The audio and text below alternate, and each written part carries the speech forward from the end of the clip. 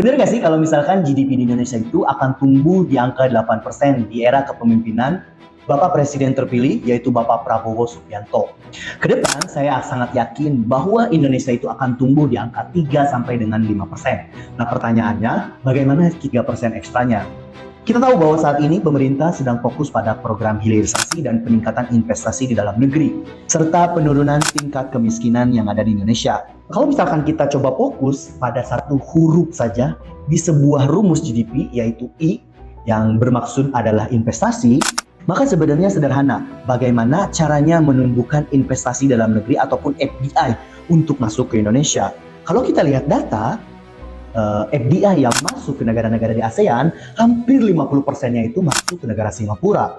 Nah, kenapa hal itu bisa terjadi? Karena kita tahu orang-orang di asing itu, ataupun orang-orang yang memiliki dana yang besar itu lebih percaya simpan uangnya di Singapura dibandingkan di Indonesia. Kenapa? Kalau kita lihat data Corruption Perception Index, bahwa Singapura adalah negara ketiga anti korupsi.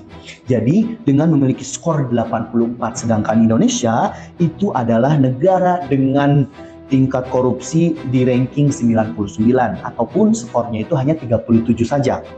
Nah sebenarnya kalau ngomongin kasus korupsi di Indonesia itu memang gak ada akan habisnya.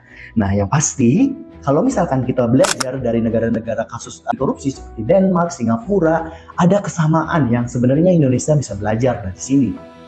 Menurut saya ada 3 hal yang bisa kita pelajari. Yang pertama itu tentang akuntabilitas dan transparansi. Kemudian adanya kejelasan hukum. Nah ini cocok banget dibandingkan ngeributin tentang RUU TNI. Ini lebih penting kalau menurut saya tentang RUU perampasan aset. Nah kemudian yang ketiga ini adanya budaya jujur. Nah, pemimpin yang kuat serta bertangan besi. Nah, kalau misalkan kita tahu ya bahwa Bapak Prabowo itu adalah seorang pemimpin yang menurut saya bertangan besi, dan saya rasa ranking korupsi Indonesia, apalagi dengan banyaknya terbongkar kasus-kasus korupsi di Indonesia, mudah-mudahan Indonesia bisa bebas dari korupsi di beberapa tahun ke depannya. Memang agak susah ya ngebahas tentang kasus korupsi ini. Mari kita balik ke tentang tema investasi.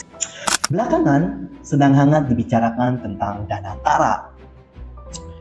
Nah, BPI Danantara ataupun Badan Pengelola Investasi Daya Anagata Nusantara adalah sebuah kekayaan negara ataupun sovereign wealth fund-nya Indonesia. Tujuannya sangat mulia, yaitu mengkonsolidasi dan mengoptimalkan investasi pemerintahan guna mendukung pertumbuhan ekonomi secara nasional. Dengan dana kelola yang nggak main-main nih, itu di angka 900 miliar US dollar ataupun senilai 14.715 triliun rupiah. Nantinya akan ada 7 perusahaan BUMN yang ada di bawah kelolanya Danantara. Perusahaan apa aja itu? Yaitu ada Bank Mandiri, Bank BRI, Bank BNI. Di sektor telekomunikasi ada Telkom, terus kemudian ada PLN, Pertamina, dan ada mining industri. Nah, mengenai apakah Danantara dapat diaudit ataupun tidak, ini menjadi bahan perdebatan. Nah, kita tahu bahwa RUU finalnya ini menyatakan bahwa Danantara itu tidak dapat diaudit atas izin DPR. Kita tahu ya, DPR kita sekarang. Tapi jangan khawatir, Bapak Presiden kita, Bapak Prabowo Subianto menyatakan dengan tegas bilang bahwa Danantara akan dikelola secara transparan dan dapat diaudit setiap saat. Nah, sebuah pertanyaan simpel, Danantara ini akan seperti apa nanti ke depannya? Apakah akan seperti Temasek ataupun seperti 1MDB? Kita kawal sama-sama.